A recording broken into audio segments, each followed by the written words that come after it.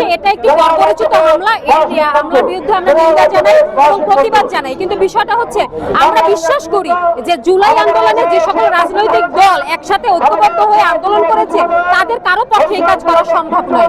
এই কাজ করেছে হাসিনা চলে যাওয়ার পরেও হাসিনার দোসর যারা আছে তারা। কিন্তু আমরা প্রেক্ষাপট অন্যরকম দেখছি। বাংলাদেশে কিছু রাজনৈতিক দল আছে যারা নির্বাচনকে প্রতিহত করার জন্য প্রথমে পিআরসিআর জিয়া চেয়েছে, পরে বলেছে গণভোট আগে হবে পরে হবে সামনে হবে পিছনে হবে, বিভিন্ন ধরনের ডায়লগের পরে যখন নির্বাচনকে প্রতিহত করতে পারেনি তারা এই বিষয়টাকে অপরাজনীতির ক্ষেত্রে নিয়ে যাচ্ছে এবং বিভিন্ন ধরনের মব সৃষ্টি করছে।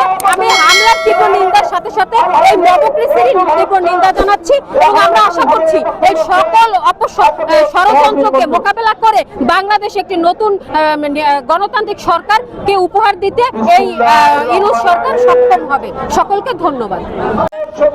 আমরা এই বাংলাদেশে এই পর্যায়ে এসেও এখনো আমরা পারি না নিশ্চিন্ত মানে ঘুমাতে, নিশ্চিন্ত মানে রাস্তায় চলাফেরা করতে।